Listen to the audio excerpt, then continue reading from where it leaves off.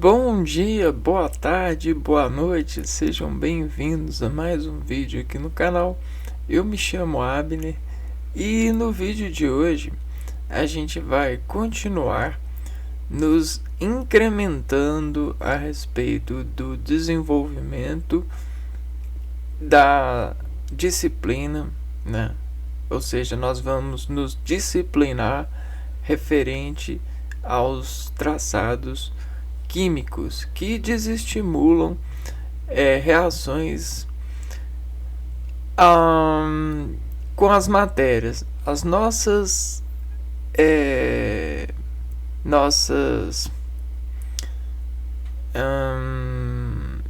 digamos que a apropriação de matérias nos desenvolve uma certa diferenciação.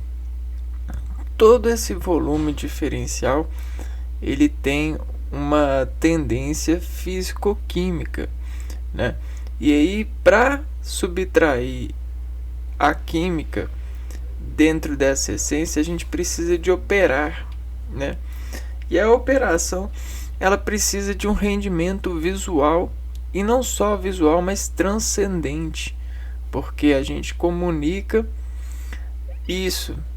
E aí, dentro desse aparato, a gente tem vários teóricos, vários cientistas que desenformaram resolução e criaram propriamente do seu sacrifício e do seu entendimento algo que aprofundasse a dinâmica dos seres para com essa apropriação lógica, porque não é nada fácil a gente carregar consoles de manifestações de dados por aí. Então a gente meio que orquestra a natureza para um sentido de desaver, ter dispartes de razões científicas, né?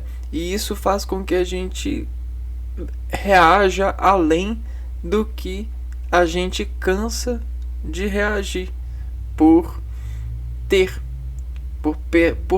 pertencimento, né?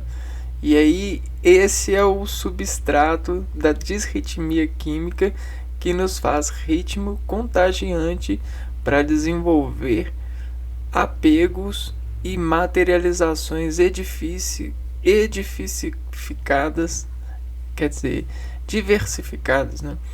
Por tratamento, né? A gente vai, hidrata, desidrata, utiliza, reutiliza, e nessa flexão a gente encontra cada vez mais resoluções. E uma das resoluções são o poder da interferência material. Essa interferência material ela admite de uma simples reação, uma reação mais potente, né? Você consegue adicionar potencial na reação, na ação. O que isso quer dizer? Quer dizer que você cresce, né? Então a gente tem o crescimento. Só que esse crescimento não é sozinho, né? Você cresce porque existe algo em acréscimo, né? Olha só o acréscimo. E esse acréscimo aqui, ó, ele vai desenvolver uma camada. Por quê? Porque vai haver um peso modificador. E esse peso aqui, ó, ele vai ser processado. E conforme o tempo do processamento desse peso, ele vai ser homogeneificado.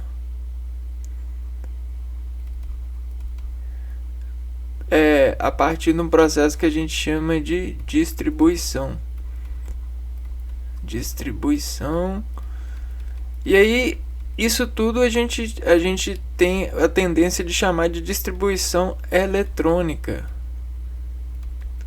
Mas ela é muito mais do que distribuição eletrônica. Mas por convenção e rendimento de identificar os átomos em suas reações, a gente confere ao átomo, né, por sentido físico, científico, a eletrosfera, né? E a eletrosfera é essa camada que os elétrons circulam a um condensado, a uma unidade bruta de energia em quantidade impressiva, né? Ou seja, pressionada. Então essa pressão aqui, ó, por ser muito leve, mas ser uma massa, ela sofre energia. E dessa energia que ela sofre no ambiente, né, ela cria um ritmo, o seu ritmo de sobreviver em particularidade. E isso desedifica essa partícula aqui, ó. Na natureza, a gente tem vários tipos de partículas pequenininhas assim. E aí essas partículas são as partículas originárias, né? São os prótons. Só que esses prótons, eles conseguem a sua antimatéria. A antimatéria do próton é um nêutron. Não necessariamente nesse sentido, só que o próton, ele precisa de um nêutron para poder segurar, para poder arranjar desse próton a sua deficiência, né? O que é uma deficiência para um próton? Quer dizer que essas partículas aqui na natureza que batem nesse próton e processam ele, vão fortalecendo esse prótonzinho, e ele vai sobre a natureza desse déficit de sofrer forças da natureza, ele vai encontrando uma resposta, né? Então essa resposta, esse assoalho, é um nêutron que desenvolve a esse concentrado bruto uma formularidade de resistência. Isso é tão bonito, porque para essas moedas aqui, ó, viram padrões, né? Para a natureza, que é cíclica, né, dentro da órbita solar, né, isso a gente gera os padrões. E aí isso quantitativamente, repetidamente, amolarificadamente, sobre a suspensão do tempo, isso vai criando um padrão que vai desinfiltrando em nós sabedoria de ritmificar esse ponto. Essa sabedoria a gente desenvolveu,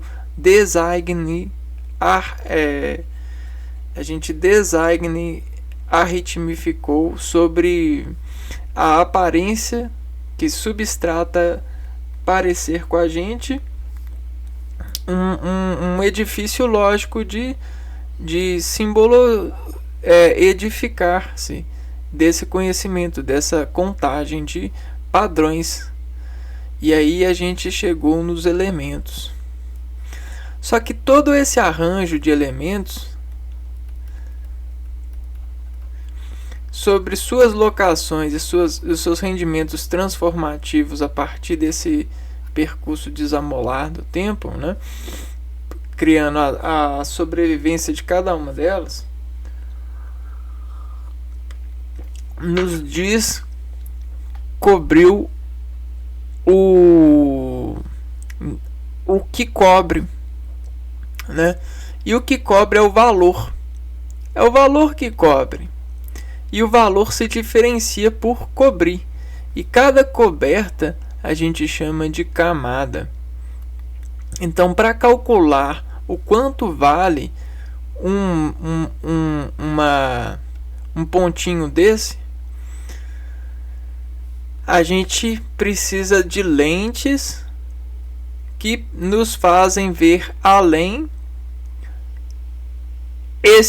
essa expansão, esse valor aqui, ó, que faz as camadas eletrônicas se dizem sofrerem sobre os arranjos prótons neutrônicos, né?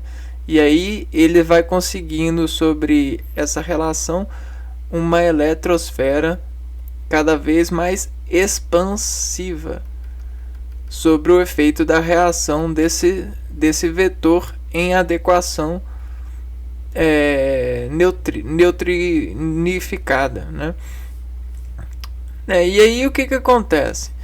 Degenerando esse próton e esse nêutron sobre uma camada bem edificada, a gente consegue controlar essa movimentação, que a gente consegue o timbre, a nota por esticação, né? A gente estica isso aqui, ó, e a gente consegue uma nota matemática que desexplode o encontro, né?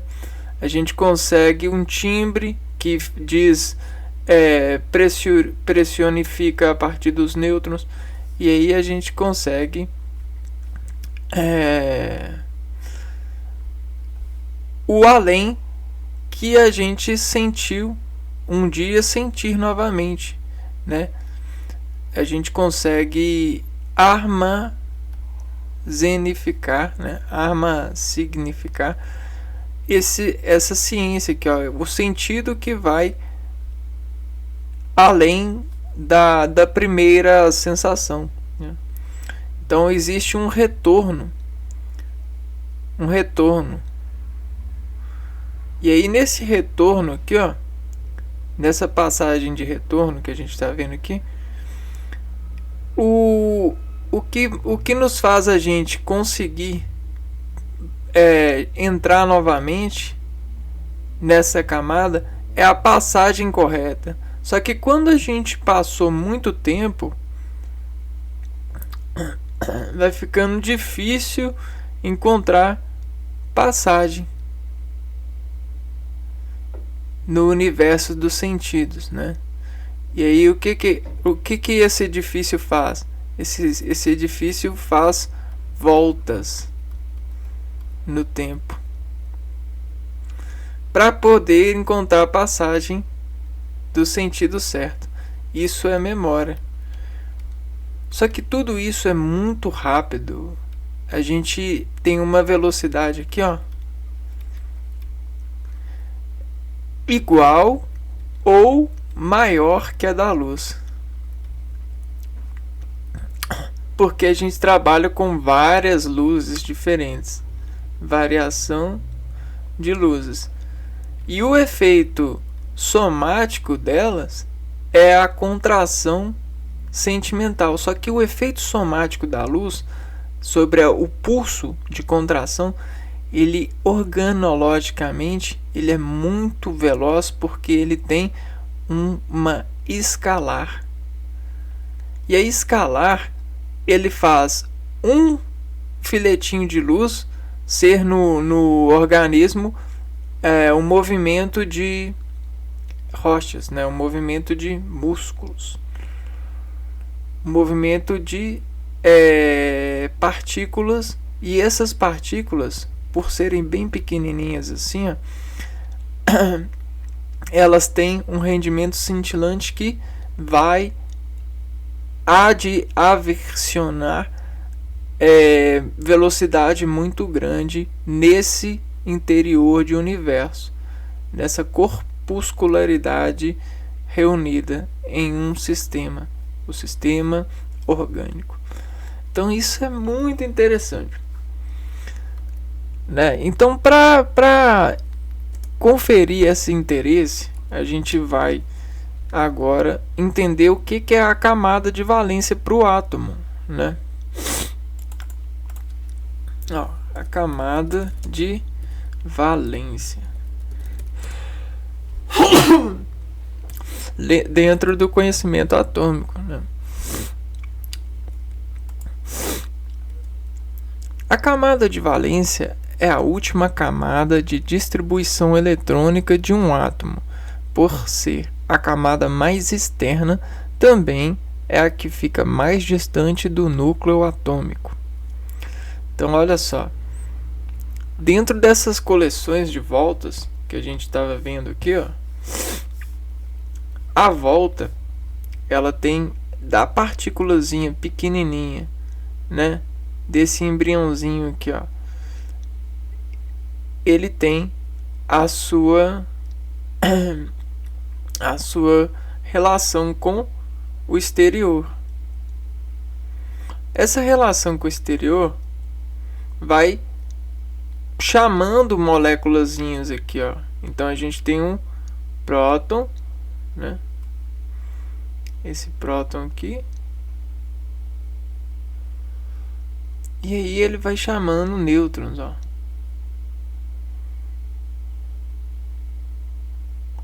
Para ficar em equilíbrio, né? Se um nêutron daqui é amassado por uma força daqui, ó, esse daqui, ó, vai ser desamassado para poder continuar em equilíbrio, né? A gente tem essa relação próton e nêutron em equilíbrio, né? Ó, próton e a coleção de nêutrons. Só que para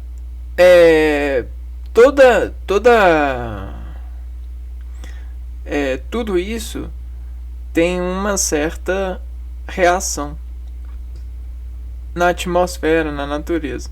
E essa reação, ela constrói forma, né? Então você tem um R que constrói forma. Então esse R aqui, ó, é a reação dessa natureza. Então, a natureza de quem? A natureza do próton.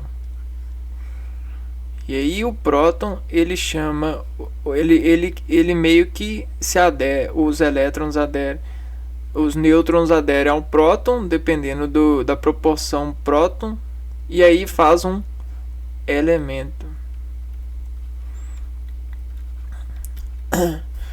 Então a gente tem vários elementos, né? A gente não falou que o elemento ele se confirma a partir do seu próton, que é arrasado, e aí esse arraso chama nêutrons, né? E aí para quê? Para ele ficar estável na natureza. Então quando um desse próton ele sofre esses arrasos, né? Esse sofrimento aqui ele é quântico. Ele tem muita, ele parte muito de semelhanças no estágio de vida, né? Semelhanças de ataque, semelhança de ataque. O que é essa semelhança de ataque? É o espaço-tempo dessa partícula que sofre ataque, né? O próton atacado, ele vai se desconfigurar na natureza para um equilíbrio que é o ataque que esse próton ganha na natureza é referente ao desequilíbrio da natureza.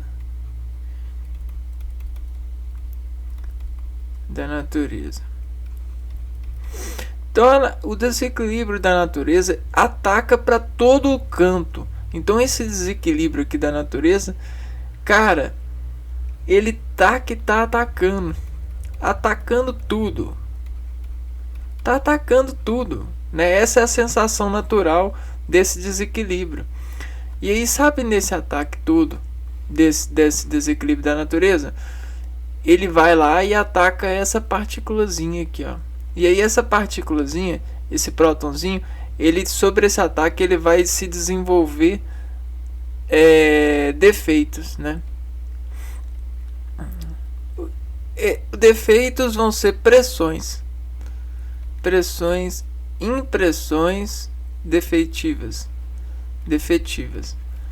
E essas impressões defetivas, nesse próton, vão desenvolver aquilo que ele vai ter na periferia para poder ligar-se a nêutron. Depois disso, quando o nêutron chega, o nêutron vai formando uma associação mais condensada e equilibrada.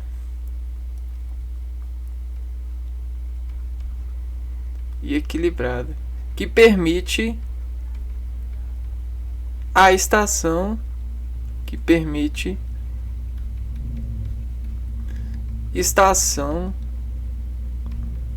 acionar elétrons. Ou seja,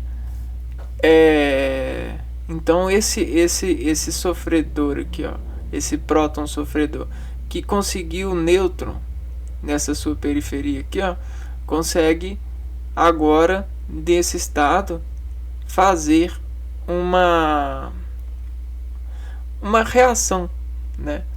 Uma eletrossignificação que vai desnotar esse condensado, né? Então a gente tem um peso que vai ser notado por um agente. Então a gente tem vários agentes na natureza, vários tipos de animais, vários tipos de vidas, vários tipos de bactérias, vários tipos de micro-organismos.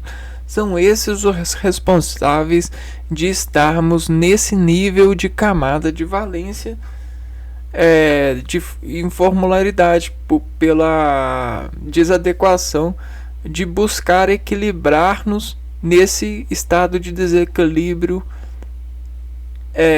atemporal, né? Nesse estado de desequilíbrio constante. Só que a gente pesa modificando e notando a insistência em desadequar esse desequilíbrio ao nosso favor. E aí a gente vai rimando o equilíbrio. Nós somos o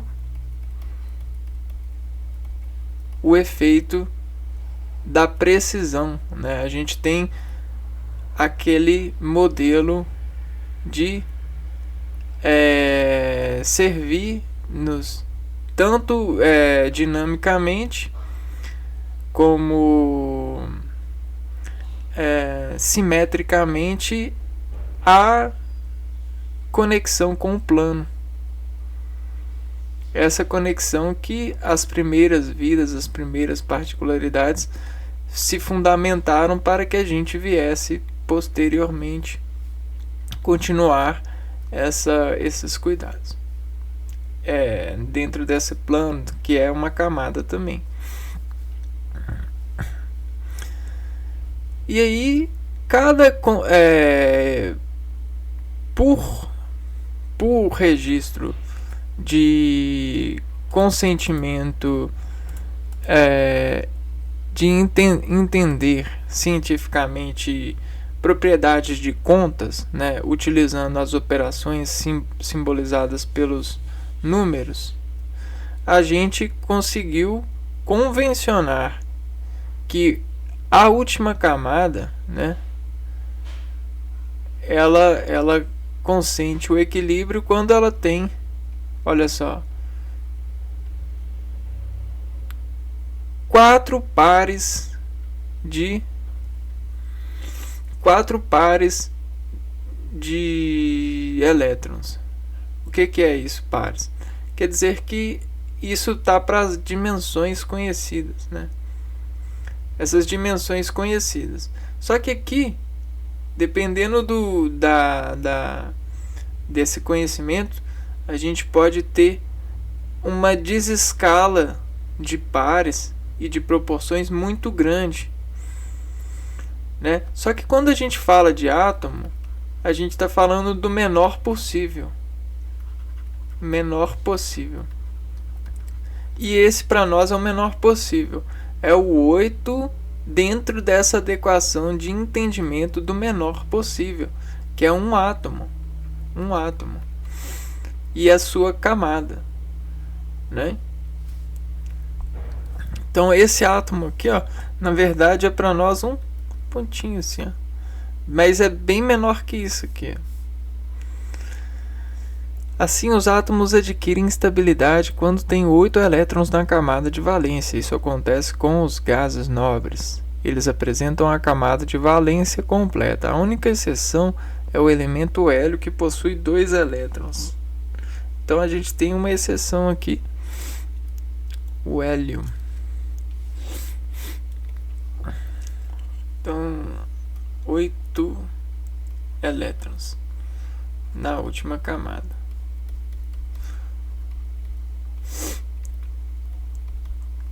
Ok. Agora a gente põe uma exceção aqui, o hélio, que possui 2 apenas. Por que tem 2 apenas, né? Vamos desimportar isso aqui, ó. 2. Porque às vezes esse hélio aqui, ó, ele tem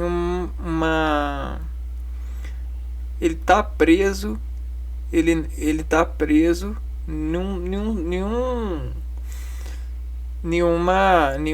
nenhuma posição de desenvolver o seu elétron, né? no percurso eletrônico, de distender o seu elétron. Então ele está preso aqui nessa relação.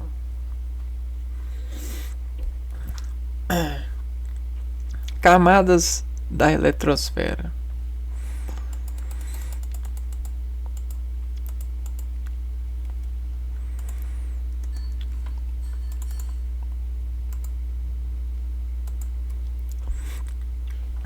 Conforme o modelo atômico de Rutherford Bohr, os elétrons giram ao redor do núcleo atômico em diferentes camadas energéticas. Então, camadas da eletrosfera.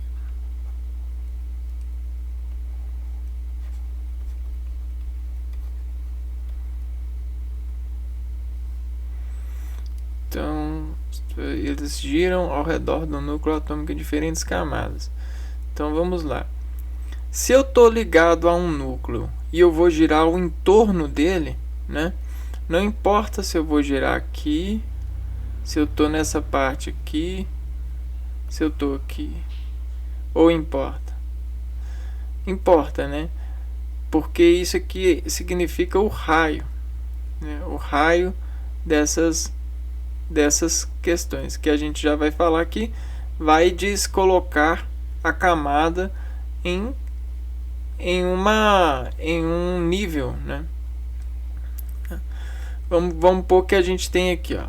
E aí aqui eu tenho esse raio, né? E aqui eu tenho esse raio e esse raio. Se eu tiver com uma suspensão no núcleo, nesse defeito aqui, ó, que é o nêutron e o próton, que de defeito efetua esse quadrante para mim. Se eu estiver utilizando o desvio para esse defeito, eu vou ter essa sensação mais expansiva, né? Então eu vou ter um F assim.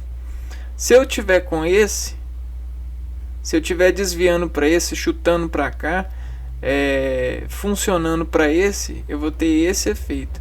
E assim sucessivamente, né? Eu vou ter esse efeito aqui. Por que a gente está falando em efeito? Porque a gente tem o movimento das partículas. E olha só, se eu tenho um movimento assim, ó, é diferente de ter um movimento assim, ó. E é diferente de ter um movimento assim, ó. Né? Então, um próton, ele pode ter vários tipos de pode sobreviver a vários tipos de energias, movimentos. E quem vai ditar isso para nós é a camada em que ele se encontra. É a estabilidade que ele se encontra dentro desse núcleo. Existem 7 camadas designadas pelas letras K, L, M, N, O, P, Q. Cada uma suporta um número máximo de elétrons. Então, nós temos várias camadas. A camada K, L, M, N, O, P, Q.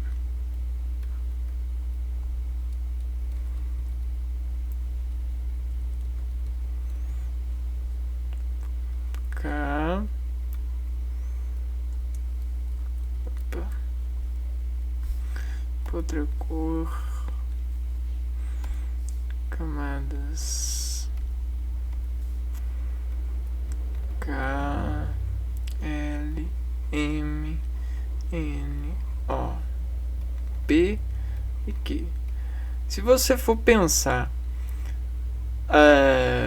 1, 2, 3, 4, 5, 6, 7. Se você pensar nos sets, né? Nesse set aqui, é bastante camada, né? É bastante distância. Por quê? Porque pelo princípio da desescalar, aqui a gente tem muita desuniformidade para mudar, né? Muitas escaladas, né? O que eu quero dizer? Quero dizer que de uma camada para outra, a gente tem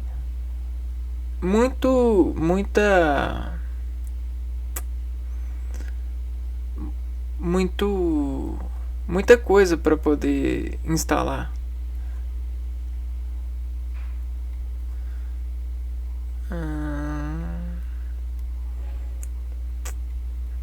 Não seria isso, muita coisa para instalar. É tipo desescalar. Vamos ver, existem 7 camadas designadas. Cada uma suporta um número máximo de elétrons. E aí agora a gente já entra na geometria mesmo.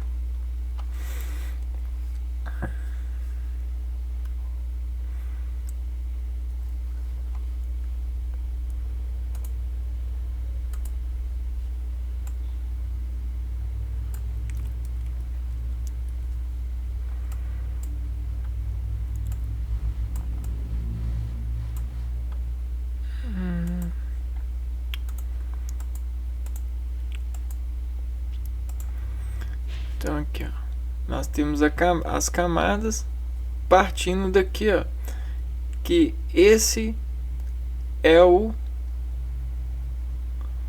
núcleo, né? E aí o núcleo ele vai ter essas camadas aqui, ó. Primeira camada,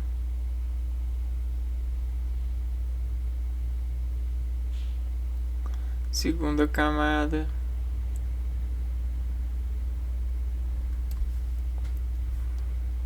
terceira camada, quarta, quinta, sexta e sétima.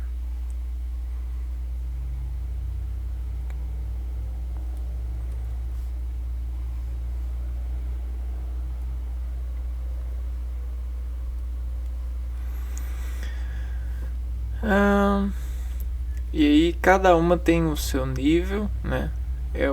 O nível quer dizer que essa tá mais perto, Olha só.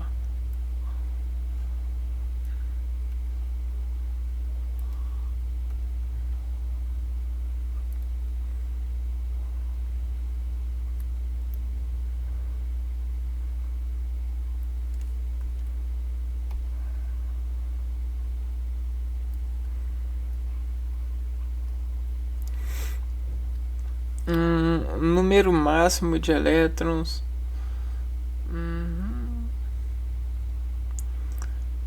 E distribuição eletrônica.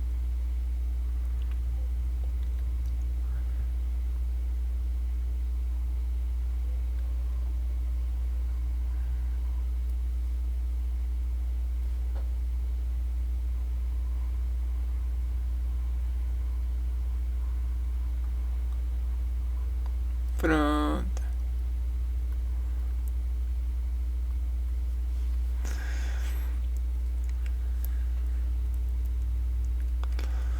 Como determinar a camada de valência?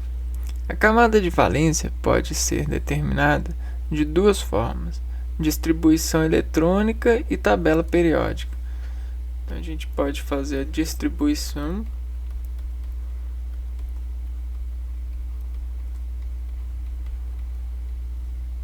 de elétrons eletrônica ou olhar na tabela.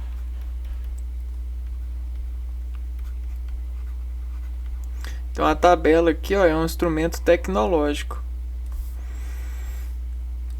A distribuição eletrônica, para determinação da camada de valência através da distribuição eletrônica, é usado o diagrama de Linus-Pauling.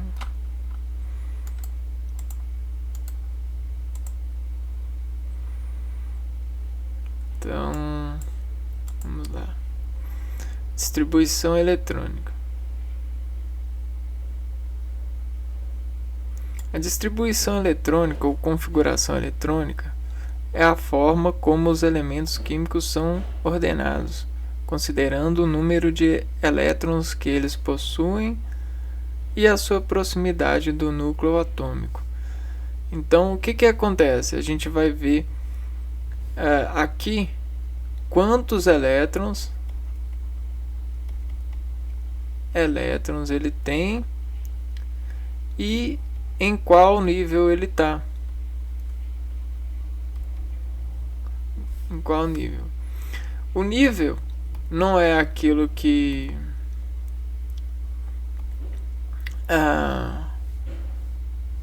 cadê elemento que vai mostrar para nós a última camada, qual nível ele está. Então, em qual expressão ele se encontra? Vamos lá, número elétron. Então, distribuição eletrônica. Após terem surgido vários modelos atômicos, o modelo de Bohr sugeriu a organização da eletrosfera em órbitas. Os elétrons na organização distribuem-se pelas camadas eletrônicas, estando uns mais próximos do núcleo e outros mais distantes. Então é esse esquema aqui.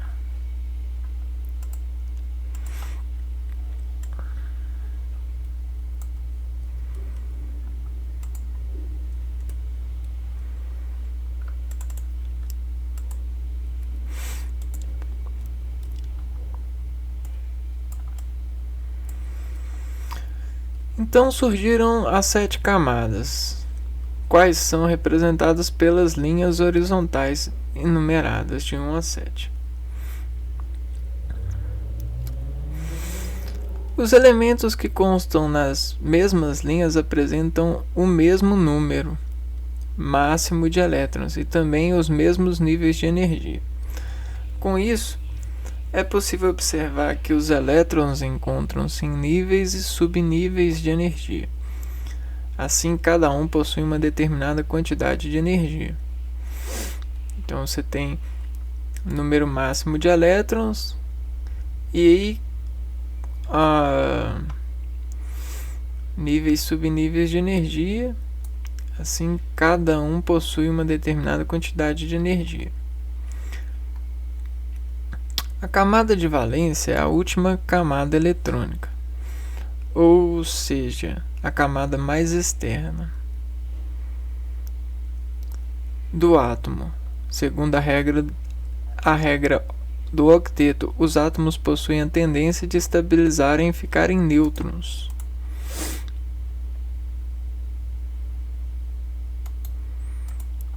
Isso acontece quando eles apresentam a mesma quantidade de prótons e nêutrons, com 8 elétrons na última camada eletrônica. Posteriormente surgiram os subníveis de energia representados pelas letras. Cada subnível suporta um número máximo de elétrons. Vamos entender isso aqui. Você tem essa partícula aqui, ó, o núcleo. E o núcleo, ele pode ter um número de prótons e um número de nêutrons, né? Então você tem aqui, ó, prótons e nêutrons. E aqui, ó,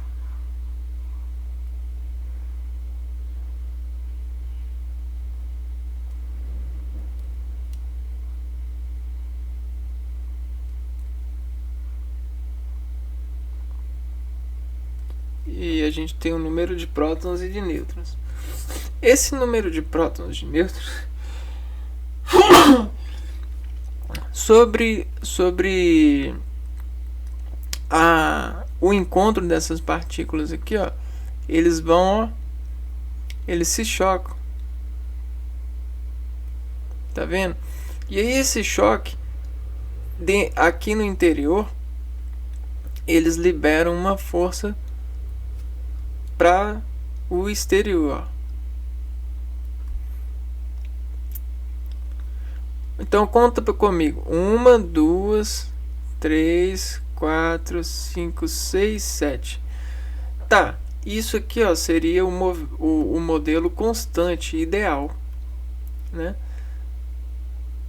Dentro desse entendimento, né? Mas não é assim, né? Geralmente, dependendo do espaço e tempo, isso aqui, ó, faz uma desorganização, ó,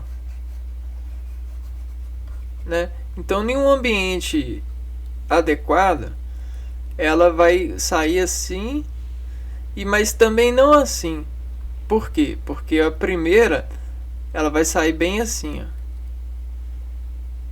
Vai sair com duas. Na segunda, ela já vai sair assim. A terceira, ela já vai estar assim, ó. Na quarta, ela já vai estar assim. E na quinta, ela já vai estar assim. Na sexta, ela já vai estar assim. E na sétima, ela já vai estar. Por quê? Porque isso aqui é um pulso. Só que o que aconteceu? A gente dividiu a gente dividiu um pulso em 7 camadas. Poderia ser mais? Poderia. Mas 7 é um número tranquilo para poder desesportar um sistema.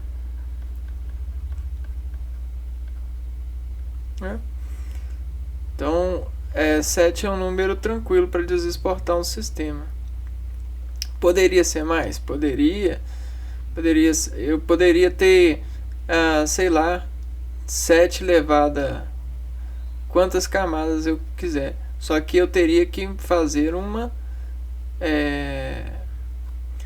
processamento de dados muito... a matemática aí ficaria mais complexa. Você entendeu? Então, beleza. A gente tem essa caixinha aqui, ó, com número de prótons, número de nêutrons e quantidade de elétrons que eles chocalizam. Ok? E aí esses chocalizam, eles vão determinar dentro desse chocalizo a sua habilidade de quantar, né? Elétrons. Só que em um ambiente estável, a gente percebe que isso rende para nós 8. Ó. Por que 8? Veja só. 1, 2, 3, 4, 5, 6, 7, 8. Por que 8? Porque o chocaliza aqui, ó, desvia o feixe para cá, ó. Feixe, feixe, feixe, feixe, feixe, né? E aí esse feixe vai sendo exponencial. Vai chegar um momento que esse feixe ele vai se unir com o feixe aqui, ó. Eles vão se unir e vão gerar o que a gente chama de bola, né? Eles vão fazer isso daqui, ó. Quer ver? Eu tenho um jeito mais simples para mostrar para vocês.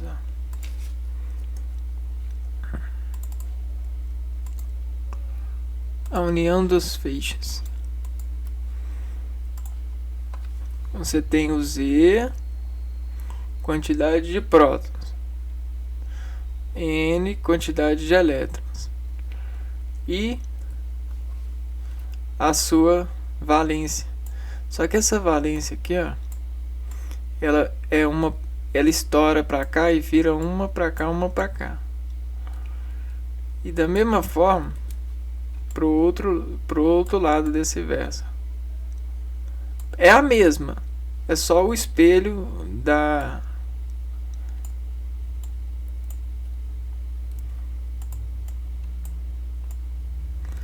partícula.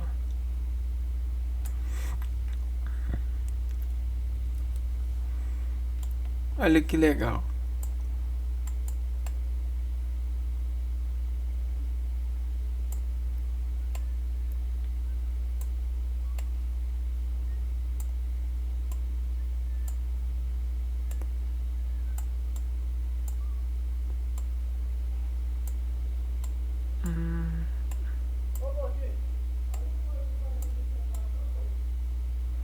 Então aqui, ó.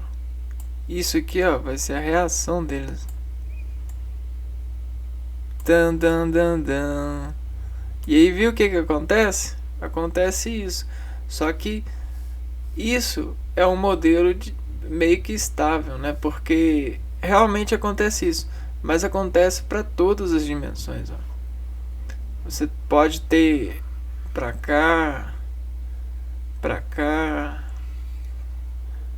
porque considera-se esse átomo livre, né?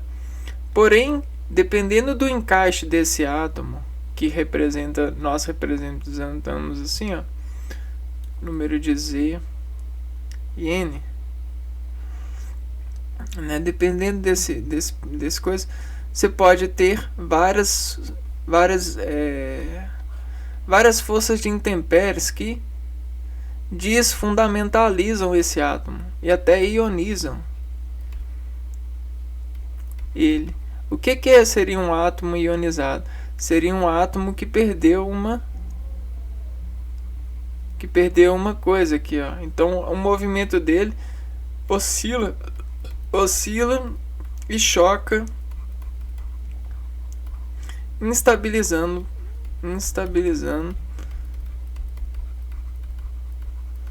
partículas.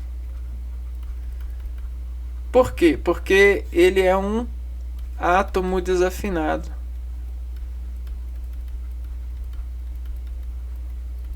E esse átomo desafinado desafina partículas.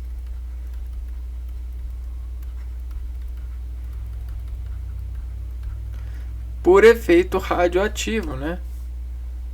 Por efeito radioativo. Radioativo. Que efeito radioativo é esse? É dessa banda aqui, ó. Se essa banda não tiver com o descomprimento que adequa-se a um organismo, a um interior, a uma roda, a um equilíbrio quântico, né? Se em nenhuma parte do decaimento dela tiver um estado de equilíbrio, ou demorar muito para entrar no estado de equilíbrio, dentro desse estágio aqui, ó, a pessoa que tiver sobre esse estágio aqui, ó, ela vai sofrer um desequilíbrio, e esse desequilíbrio que ela sofrer pode corroer, pode patologificar ela dentro da razão que ela recebe. Incrível, não?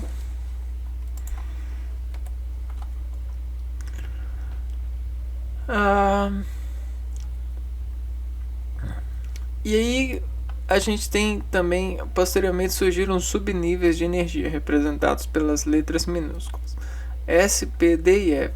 Cada subnível suporta um número máximo de elétrons.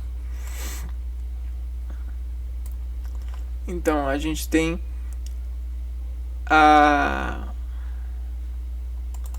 também o nível de elétrons suportantes. O químico estadunidense Linus Pauling morreu no ano que eu nasci. Estudou as estruturas atômicas e elaborou um esquema até hoje utilizado. Pauling descobriu uma forma de colocar todos os subníveis de energia em ordem crescente, usando para tanto o sentido diagonal. O esquema ficou conhecido como o diagrama de Pauling. Agora, cada um vê com um tipo de óleo, né? Por quê? Porque isso que para mim, opa,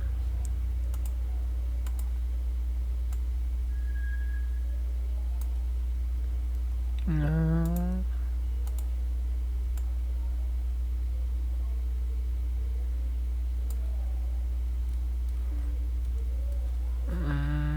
isso aqui para mim é uma folha. Quer ver? Folha. Ixi. Concurso, conheço novo edital. Não. Agora não. Agora que é folha. Folha. Só folha. Ixi, também não. Acho. Então olha só como é que é pra mim o diagrama. Vamos pegar essa aqui, tá?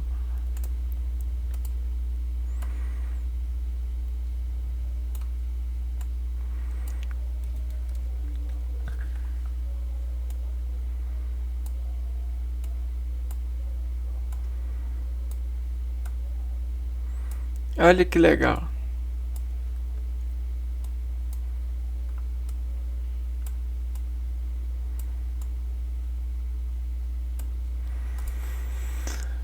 Tá. Então vamos lá.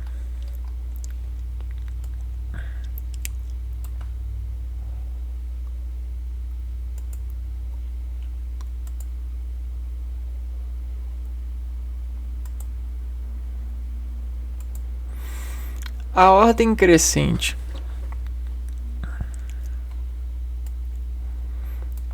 vai ser 1s2, 2s2, 2p6, 3s2, 3p6, 4s2, 3d10, 4p6, 5s2 e aí sucessivamente, né? A gente tem essa escada, né? Só que essa escada ela vai estar meio que assim, ó.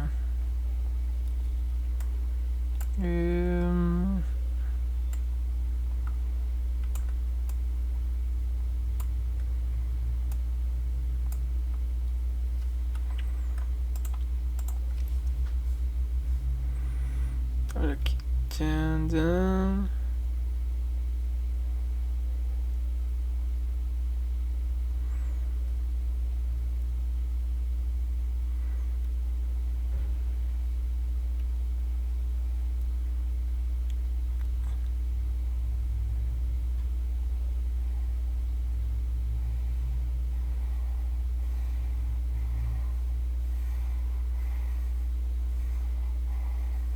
Então até que para nós não interessa. É...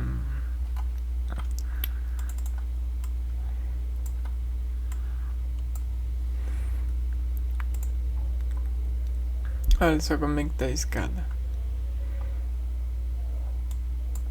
Não é a mesma onda que a gente viu aqui? Não é a que a gente viu aqui? Se eu tirar essas bolas aqui, ó. Opa. Que representam para nós o átomo, a desescalar. Então olha só, 1, 2, tem uma onda, 2, 3, 4, 5, 6. E olha só, a gente não tem aqui um N e um Z? Presta atenção.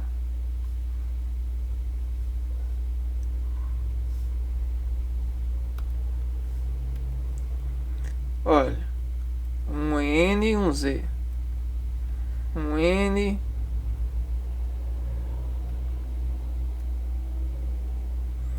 um Z.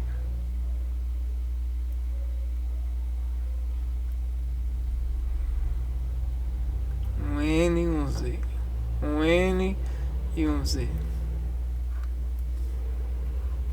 Olha que legal. Dan, dan, dan, dan. Cara, se você mexesse com desenho, você ia ver que isso aqui é quase que um músculo mesmo. Na boa. Então, esse núcleo aqui, ó,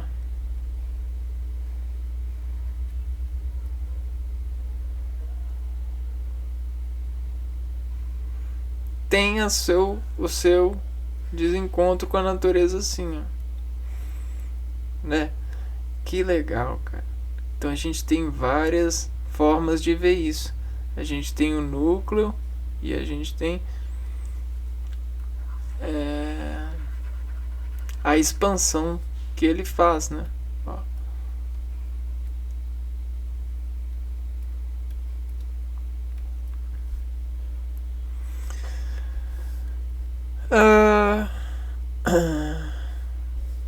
Beleza.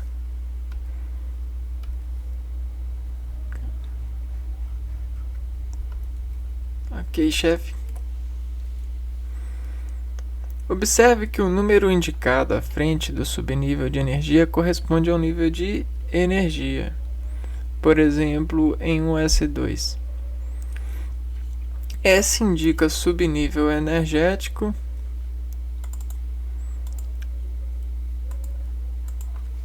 Então vamos lá. A gente tem o SPD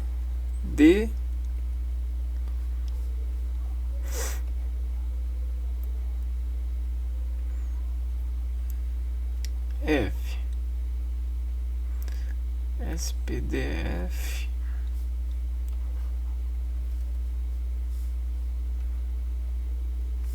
Subnível energético.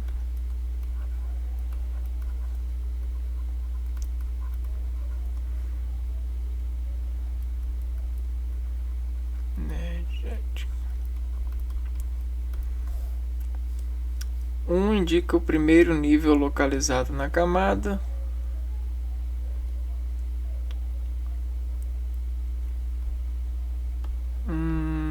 Dois, três.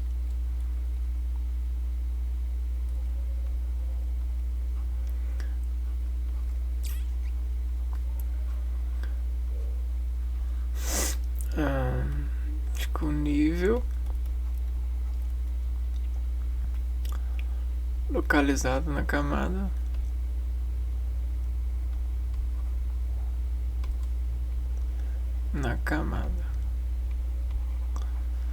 E agora a gente tem o expoente. Aí dentro desse expoente a gente vai ter vários, né? Só que no normal a gente tem, ó, 2, 6, 10, 14. 2, 6, 10 e 14.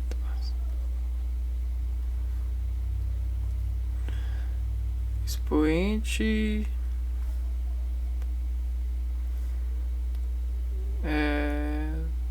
existem nesse número de elétrons.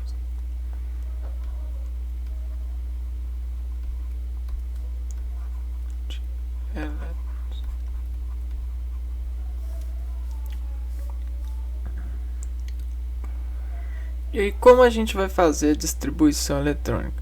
Para entender melhor o processo de distribuição eletrônica, observe abaixo o exercício resolvido. Número 1. Faça a distribuição eletrônica do elemento ferro, que apresenta número atômico 26.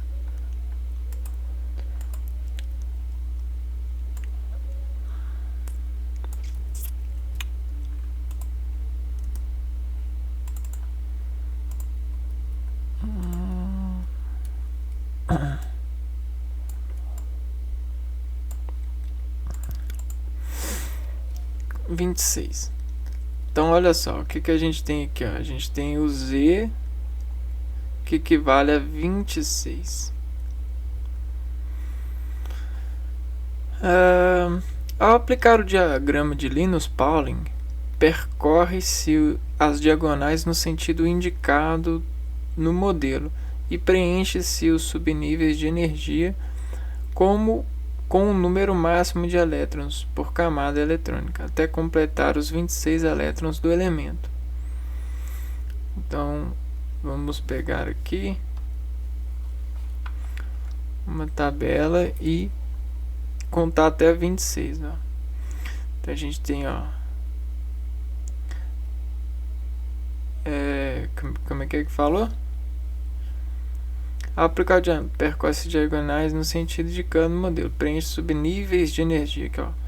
Preenche os subníveis de energia com os números máximos de elétrons por camada eletrônica, até completar 26 elétrons do elemento. Então vamos lá. A gente tem 2,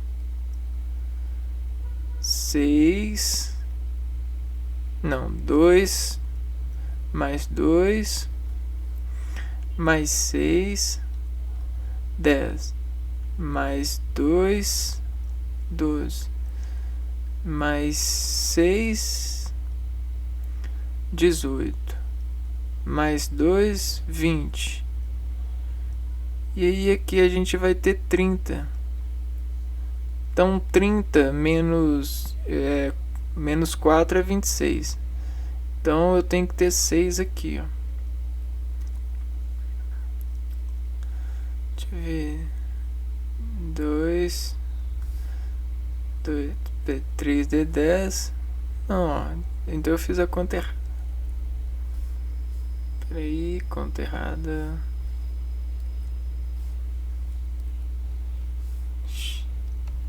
Foi no lugar errado. Ixi. Fiz a conta errada. Ó, pagou os trem tudo.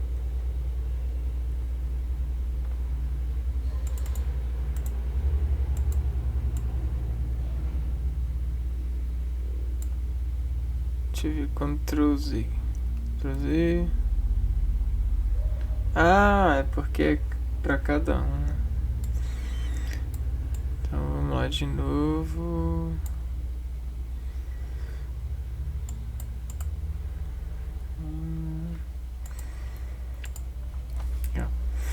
Dois, 26, né? Então, 26 menos 2, 24. 23, 22, 21, 20, 19, 18, 17, 16, 15, 14,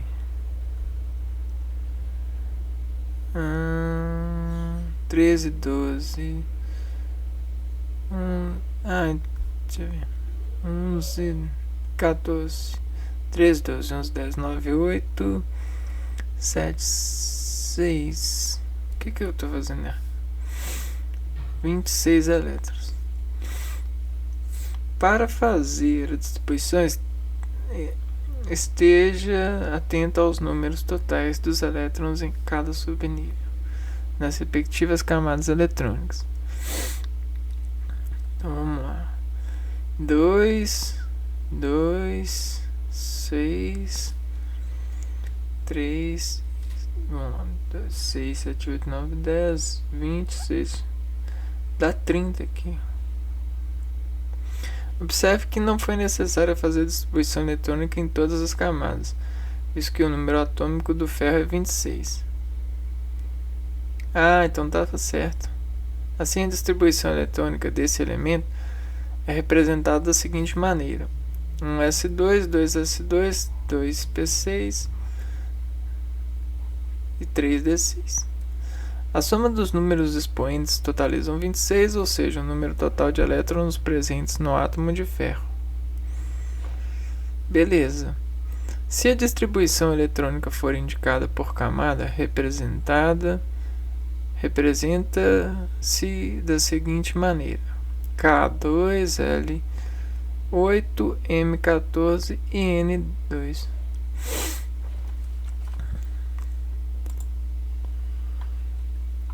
Então vamos lá. Aqui.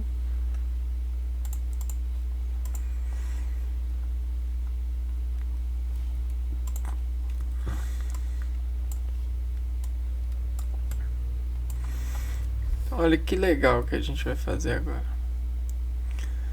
Z,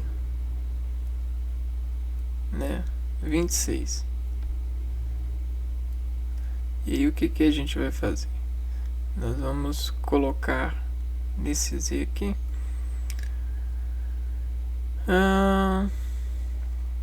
Aqui, ó. O primeiro vai ser o 1s2.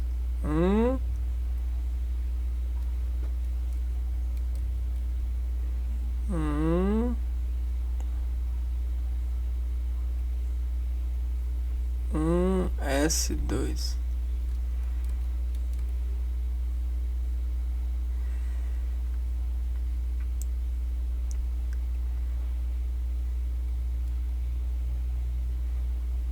E o outro é...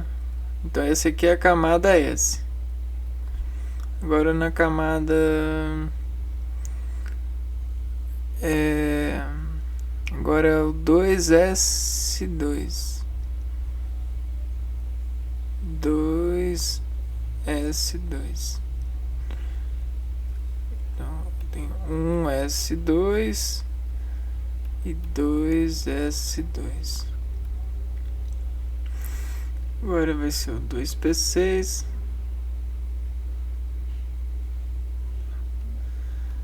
2p6,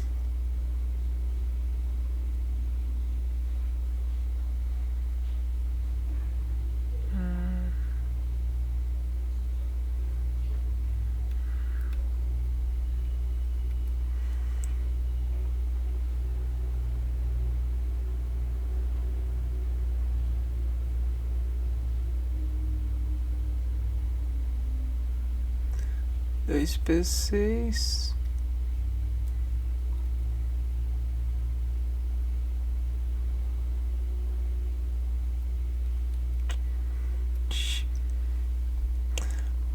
de novo, caraca, 2P6, 3S2,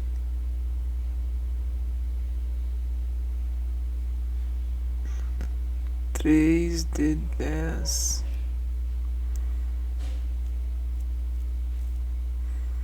Isso aqui em vez de ser 10 vai ser 4, né? Vai ser até aqui.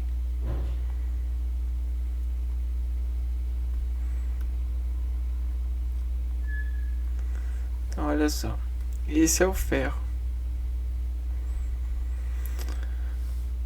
2P2, 2P6, 3S2,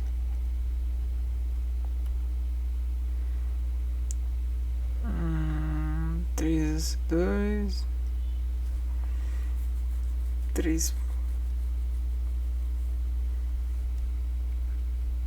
3P6,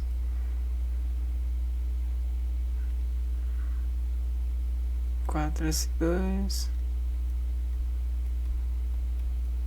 e 3d10 e 3d4. 2, 4, 10, 12, 18, 24,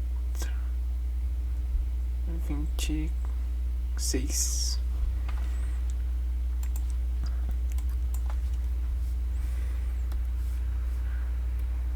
Aí. Então.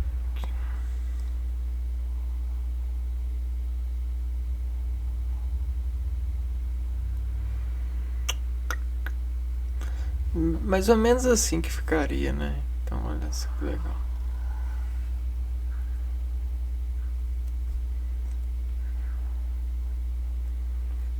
Assumiria esse mesmo espelho para cá, esse mesmo espelho para cá, esse mesmo espelho para cá.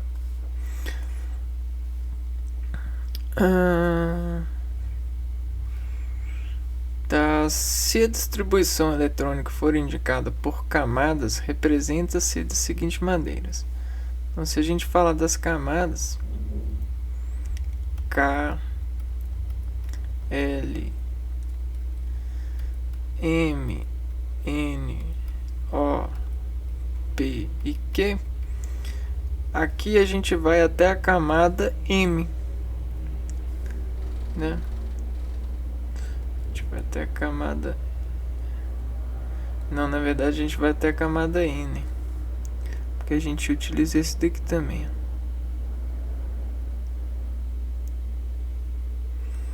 Então vamos apagar isso aqui, vamos ver. Vamos lá. Aqui então.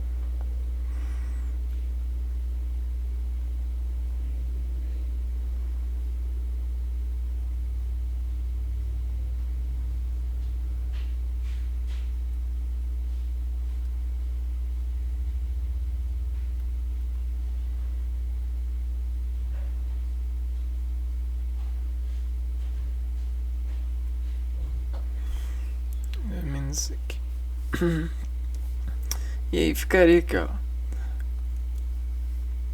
camada K, a gente tem 2, camada L a gente tem 8, camada M a gente usou 6, 10, 18, não, peraí, 14 e 2. 14 e 2.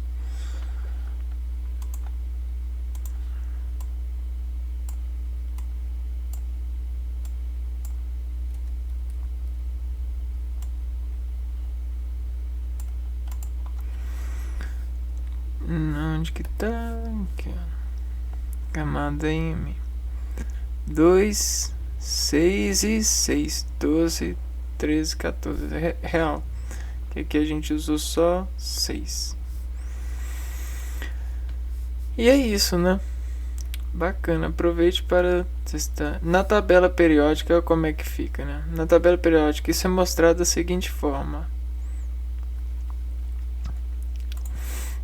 Então, vai que você tem uma prova e você tem a tabela periódica para consultar, né? Olha só que bacana. Já tem aqui as camadas. Camada K, L, M, N, O, P, Q.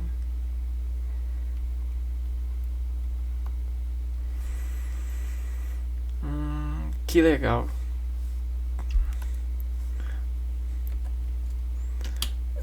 Vamos continuar aqui então. Camada de valência. Aí aqui a gente tem os exemplos. O nitrogênio, número atômico 7. Distribuição eletrônica. Vamos pegar uma tabela periódica.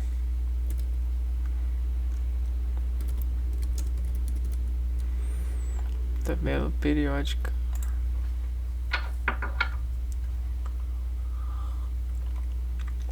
Não. Vamos ver. Tabela com a distribuição eletrônica.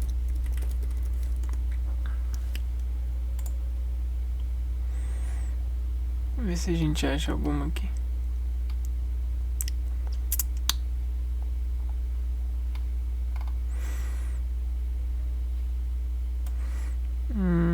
Parece que elas são mais antigas. Ah, essa daqui.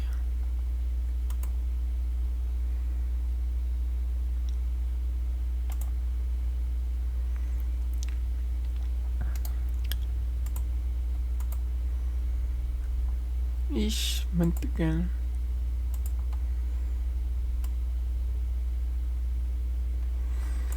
Que coisa, hein?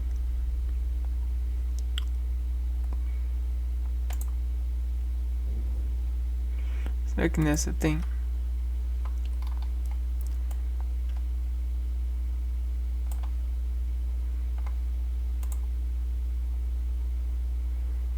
Não, parece que não. Ah, então deixa pra lá. Vamos lá. O nitrogênio. Número atômico 7. Distribuição eletrônica, então vai ser, ó, 1s2, 2s2, 2p3. Aqui, ó, camada de valência, o N possui 5 elétrons na camada de valência. Então, tá vendo? Como que a gente...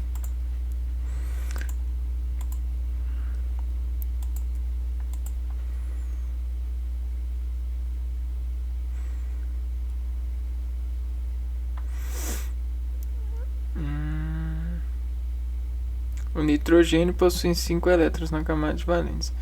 O ferro, número atômico 26, como a gente fez, né? A camada de valência. Então, o que é a camada de valência? Camada de valência, né? A partir dessa distribuição, nós temos aqui, ó, o próton, o nêutron e o elétron, né? O elétron. E aí esse elétron ele vai sendo distribuído,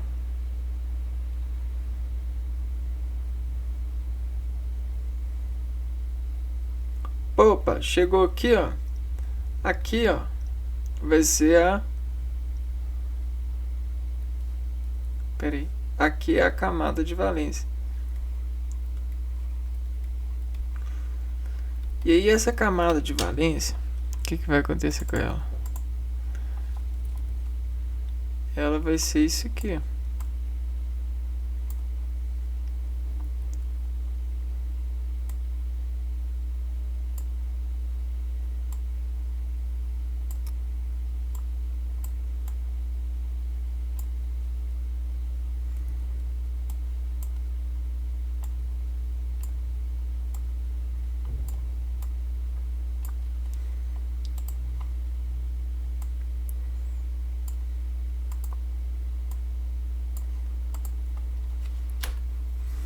Então nós conseguimos então entender o que é camada de valência. Camada de valência, e aí a gente une aqui, ó, o desarco, o arco dela.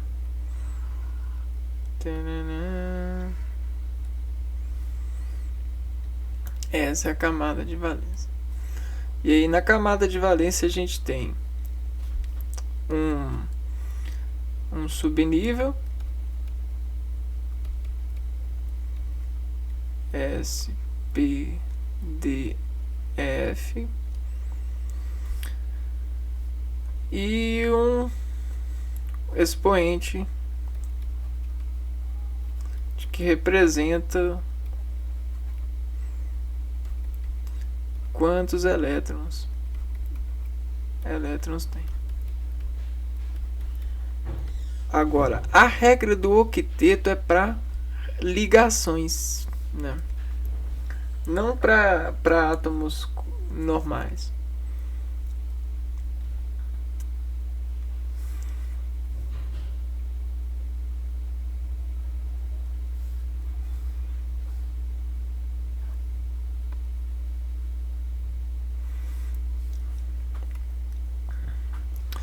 Para determinar a camada de valência, vamos pegar aqui.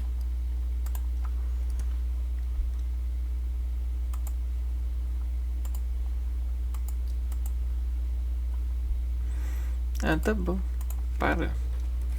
Para determinar a camada de valência na tabela periódica,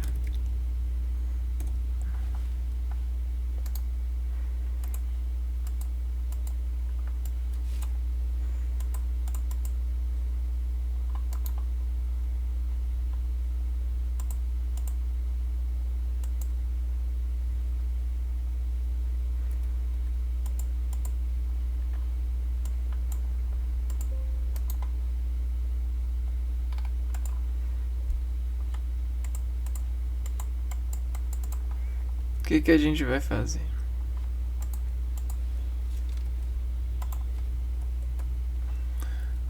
Eu ver.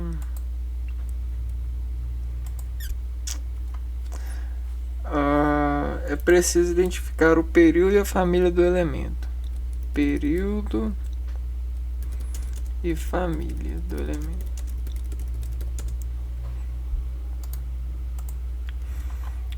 Assim, enquanto a família 1 A apresenta elétrons de valência A, um elétron de valência,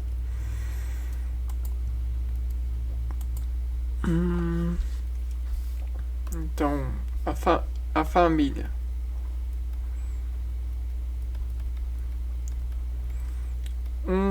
A apresenta um elétron de valência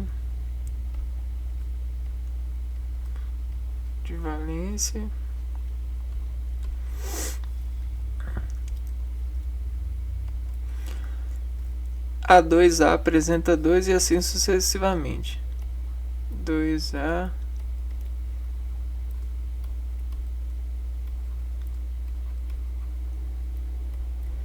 e aí sucessivamente.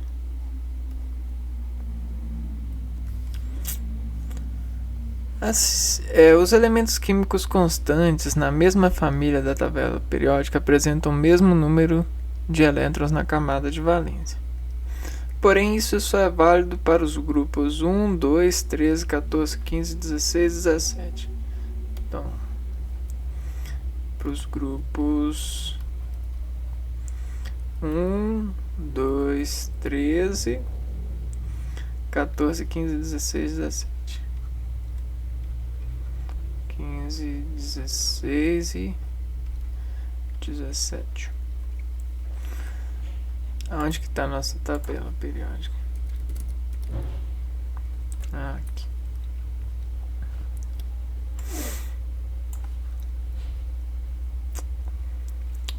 S1.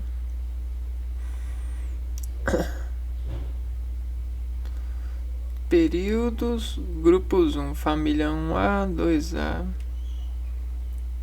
grupo 13,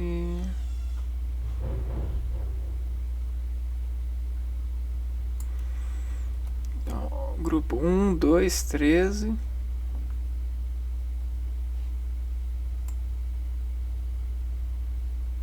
um, 2, 13, 14, 15, 16, 17.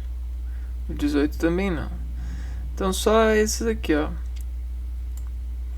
Metais alcalinos, alcalinos terrosos.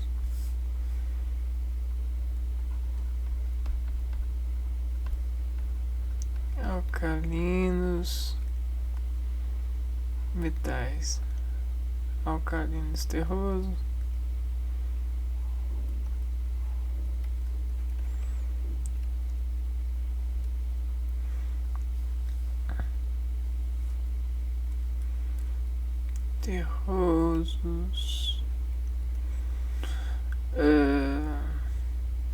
família do boro, do carbono, do hidrogênio.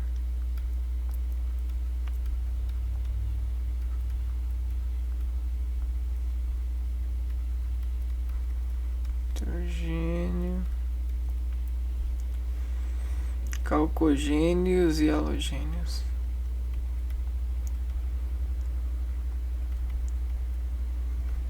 Halogênios.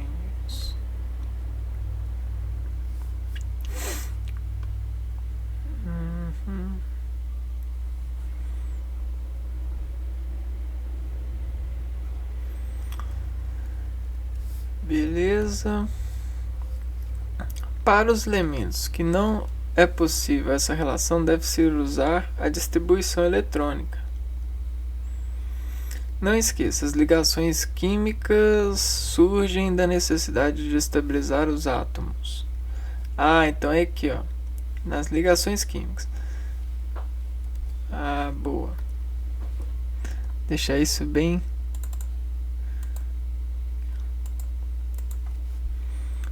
nas ligações químicas.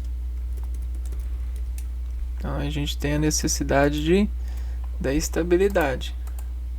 Você vai casar, você não vai ficar estável. Então, estabilidade. Por isso que muita gente gosta de ficar solteiro, ó.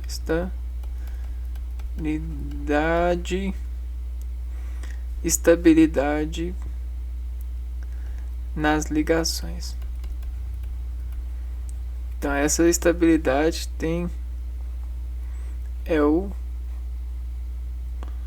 esse camarada aqui.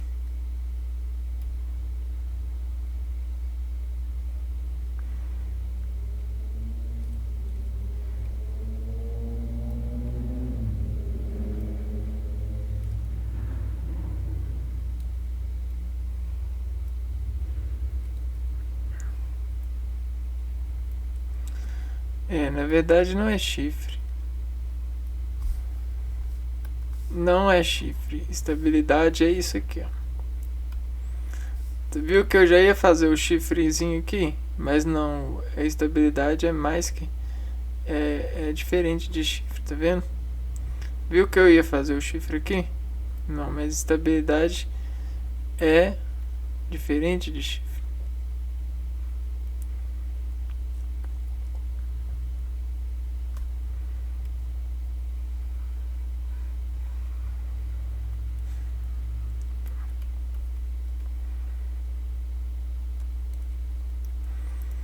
Tá vendo a ligação? O que faz? Aqui, ó. Nele fica.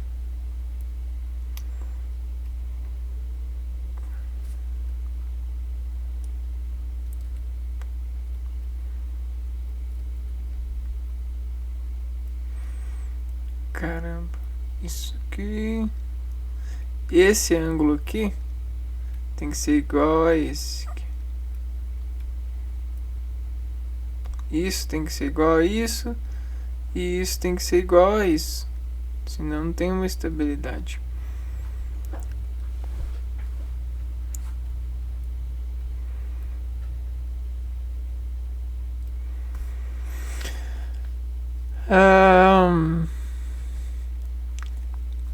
Assim forma as moléculas.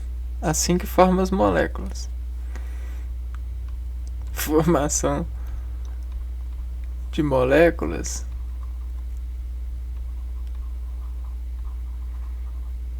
Formação de moléculas.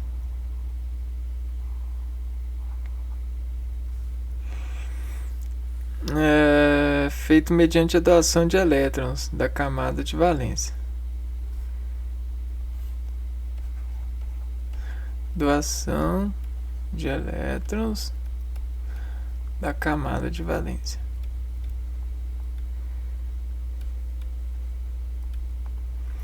Foi o que a gente viu na última aula, né? Os quais, pelo fato de estarem mais longe do núcleo, têm a tendência para doar. Que a gente viu, ó, a ligação covalente,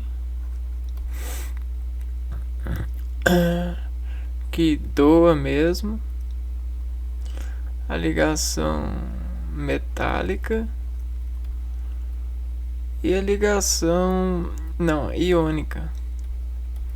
A iônica ela doa, a covalente ela compartilha e a metálica ela meio que faz uma tempestade de elétrons unir, né? Fazer aquela tempestade. Movimento dos spins eletrônicos. E aí, ó, regra do octeto ou teoria do octeto estabelece que os átomos devem possuir 8 elétrons em sua camada de valência de modo a adquirir estabilidade química. Entenda a camada de valência como sendo a última camada eletrônica de um átomo.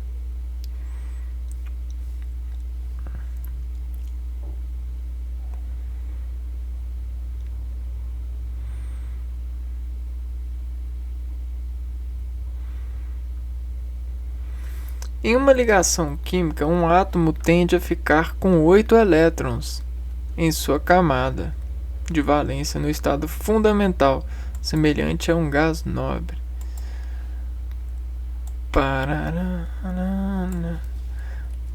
Então, isso aqui é sobrevivência.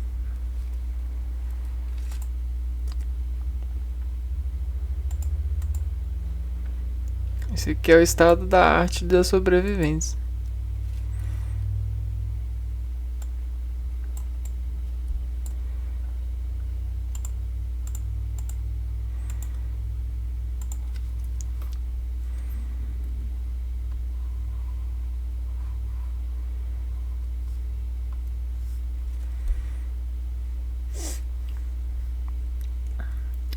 Ó, um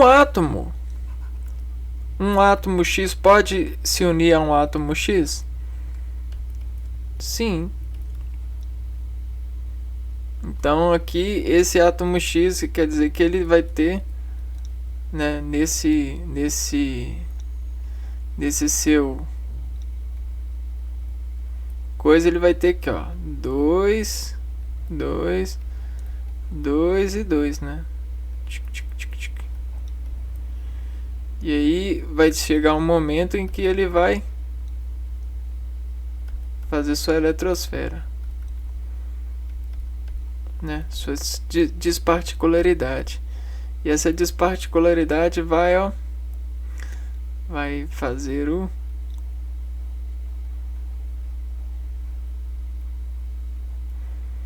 sua ligação aqui, ó. Desparticularidade. Ai, que incrível! É o amor, né? Olha só. Pressão, desparticularidadezinha.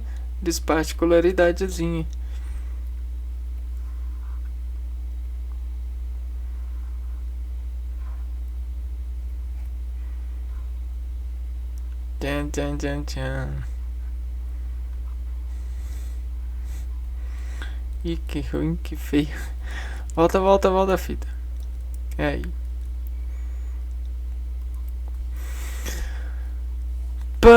Para que os átomos apresentem a camada de valência completa, é preciso realizar ligações químicas com o objetivo de doar, receber ou compartilhar elétrons. Os átomos tendem a compartilhar elétrons até adquirir uma configuração estável, ou seja, uma camada de valência completa. Desse modo, um átomo apresenta distribuição eletrônica igual a de um gás nobre, mais próximo ao seu átomo. Então, isso aqui é associação,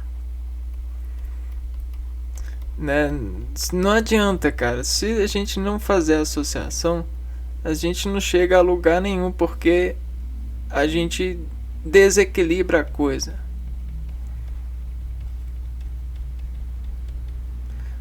Sem a associação. Sim. Agora, com a gente consegue o D que falta. Então esse D aqui, ó, vai permitir, né, o equilíbrio. E esse se equilibrar, ele vai precisar de vetores de equilíbrio, né? Que vão ser e são artisticamente definidos pela assinatura da natureza. Quem que é a natureza? Ué, a natureza que fecha o próton. Tantã. Olha a natureza aqui. A natureza é o nêutron. É o que neutraliza todo próton, toda energia, né? Então a natureza sempre é mais forte. Então a gente precisa de doar energia para desconter nêutron para estar equilibrado nessa associação de forças.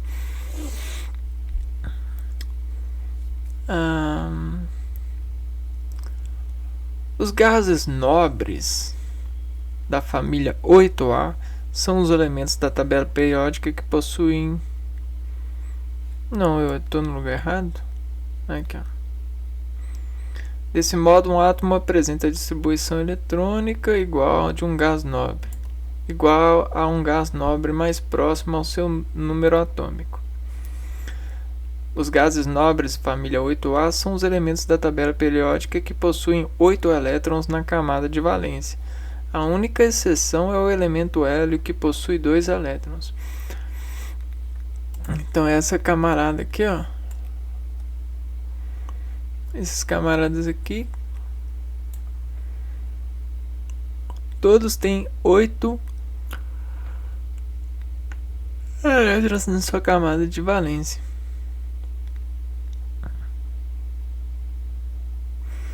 Engraçado. Ali tá falando 7.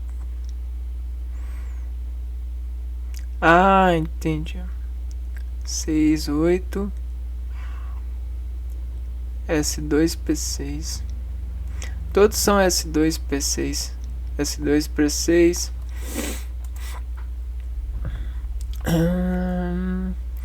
Quando o átomo possui 8 elétrons na camada de valência, ele alcança sua estabilidade. Isso quer dizer que não se ligará a outros átomos, pois não apresenta tendência a ganhar ou perder elétron. Então, uma outra coisa muito importante.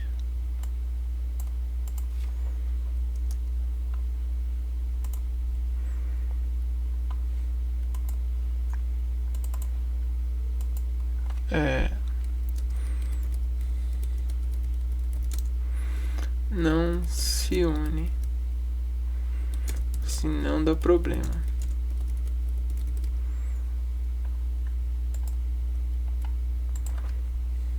De instabilidade.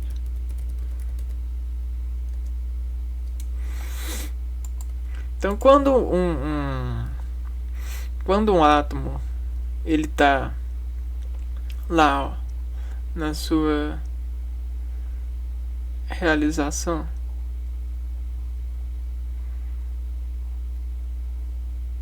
o que é a realização de um átomo?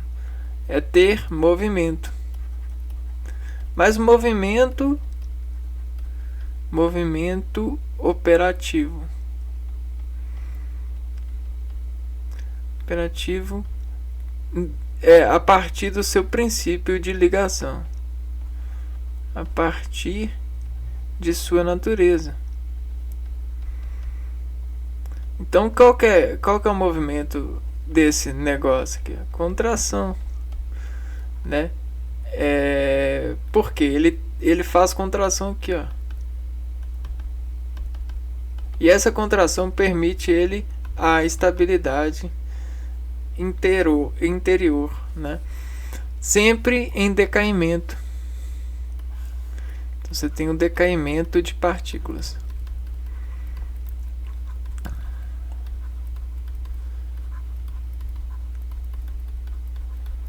Que é estável. Perfeito? Agora, se está estável e se ligar com alguma coisa aqui, ó, esse decaimento vai mudar, porque a ligação não permite, né? Aqui não permite ligação, aqui não tem adesão, né? Você não tem superfície de ligação, não tem superfície para ligar. E aí o que acontece? Muitos cientistas pegam esses camaradas que não têm superfície para ligar, que são estáveis, e chocam eles para que eles demonstrem acessibilidade para se ligarem, ou seja, para que eles traem ou mentem ou dramatizem ou sintetizem o problema futuro, fraturo. E aí que tá a a desestabilidade do estado da graça de um cientista. Por que tá isso, gente? Que sempre quando eu... Aí volta. Que isso? O aplicativo tá brincando comigo? Que isso, cara?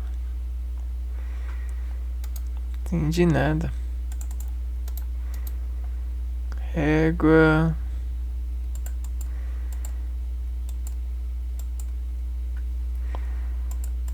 Alguém entendeu isso? Esse estado da arte do aplicativo?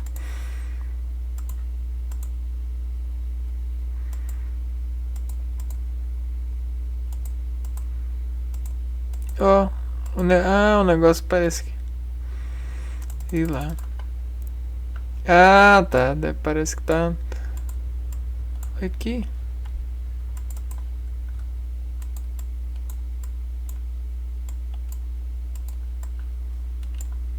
E eu vou brigar com o aplicativo agora. Deixa eu ver se a gente consegue passar borracha. Não. Que coisa, hein? Aí ele vai pra perto. Hein? Coisa estranha.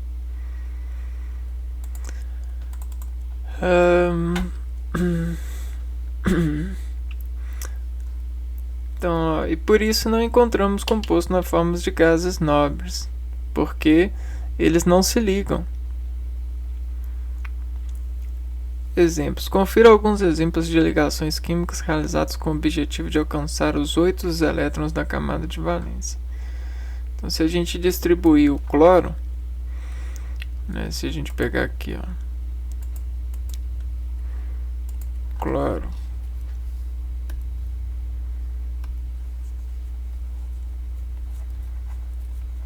e a gente fizer aquele esquema lá, ó, K, L, M, N, O, P, Q.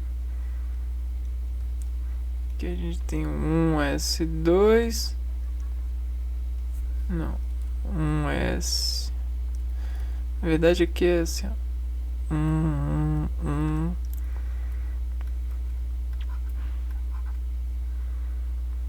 e aqui a gente tem 2.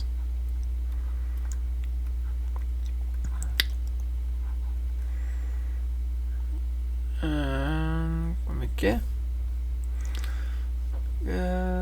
Diagrama de Linus Pauling. 2, 3. Ah, não, tá errado.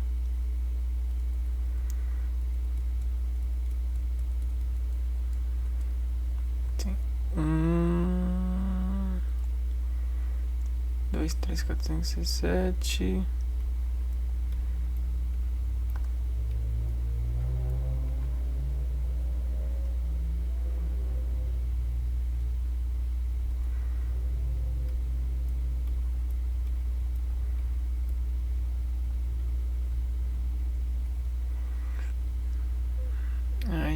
2, 4, 5, 6, 7, SP.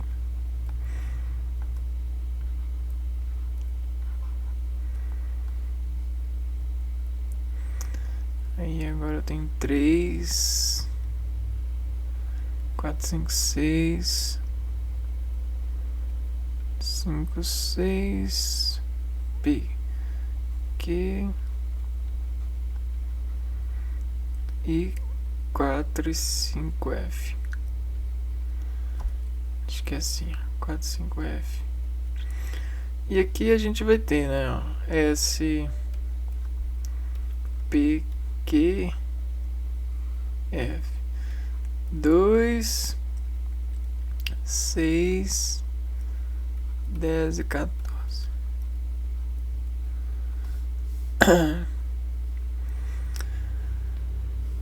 Tá bom. E aí agora o que a gente tem mesmo? O cloro. Vou pegar o cloro aqui.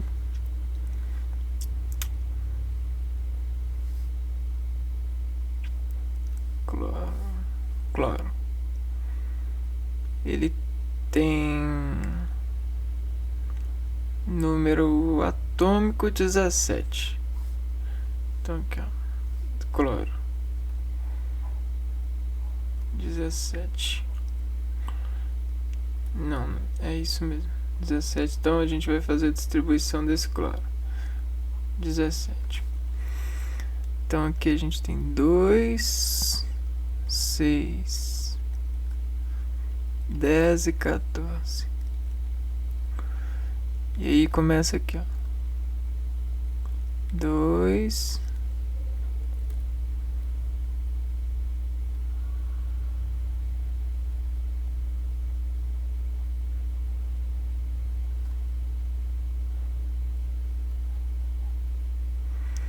então 2 mais 2, 4, mais 6, 10, mais 2, 14. E aqui mais 6, 15, 16, 17, 19, 20. E aí já vai para 20, então não é 6 aqui. Aqui vai ser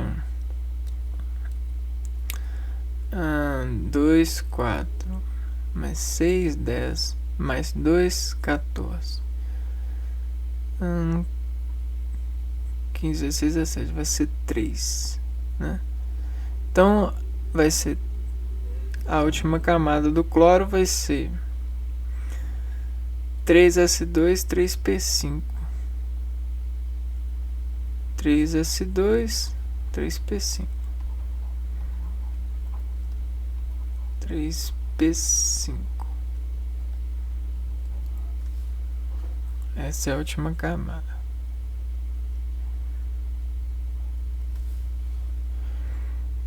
Não, é 2P5, né?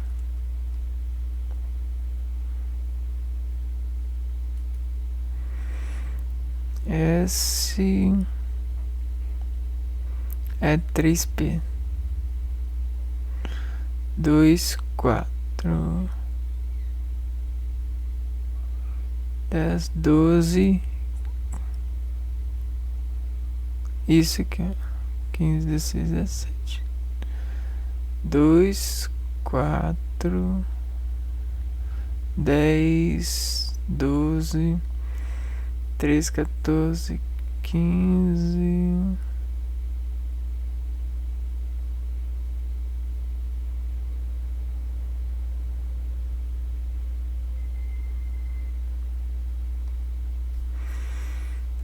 Que bagunça. De novo.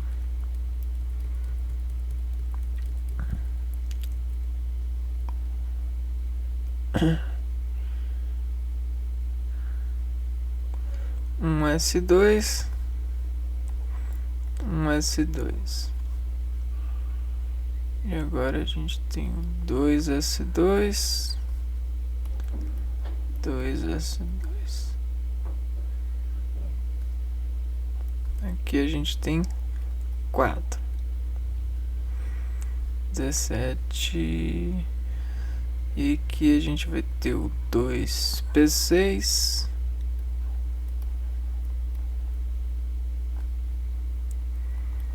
Né? 4 mais 6, 10.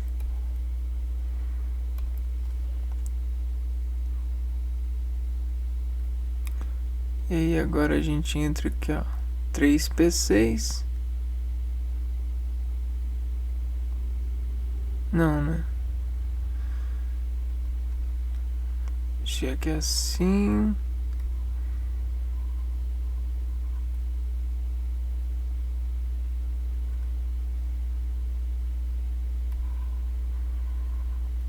É 2P6, 3S2. 3S2. E aqui vai para 12.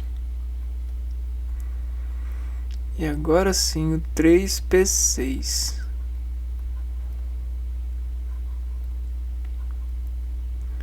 12 mais 6, 18. Opa, então 18 não pode, é até 17. Então a gente tem que colocar 5 aqui. E aí fica aqui, ó. A gente fica com 5 e 7. 3S2, 3P5. Então se a gente pegar o cloro, a gente vai ter a gente vai ter aqui o cloro.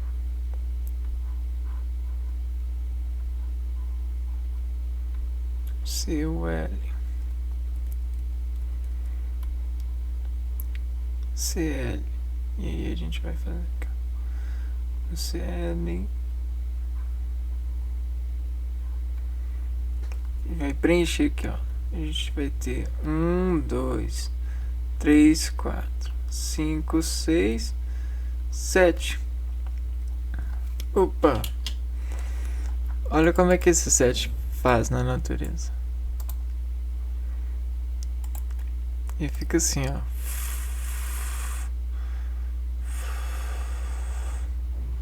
E fica assim. Aí quando ele encontra outro cloro, né? Olha o que acontece. Ele tá lá na natureza. Aí ele vai rodando até fazer isso aqui, ó.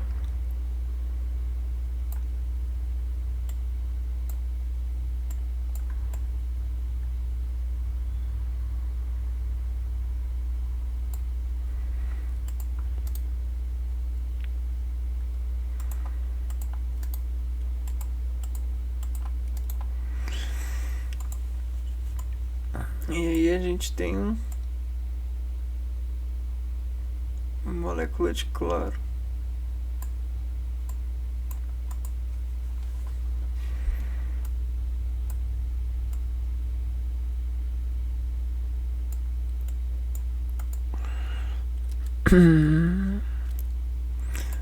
Cadê? Aí.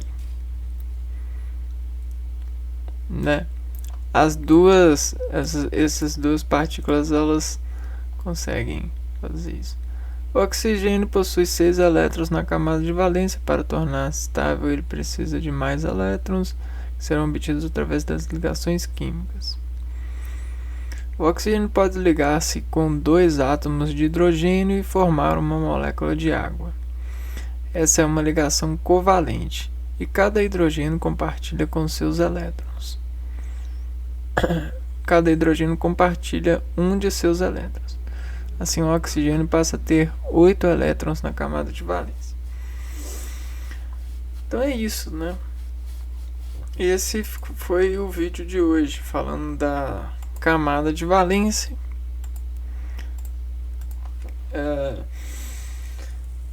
Do diagrama de Linus-Pauling, da distribuição, e é isso. né? Como é importante esse sentido. Para lembrar, tem uma coisa aqui, ó, né? Como que as camadas são importantes.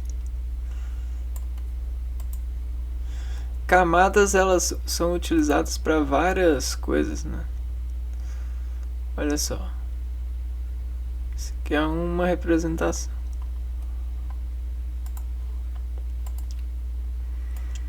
Então a gente tem várias camadas em vários sentidos, principalmente da comunicação, né?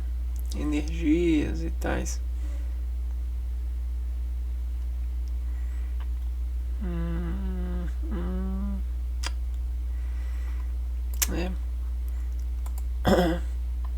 Eu acho que é isso mesmo.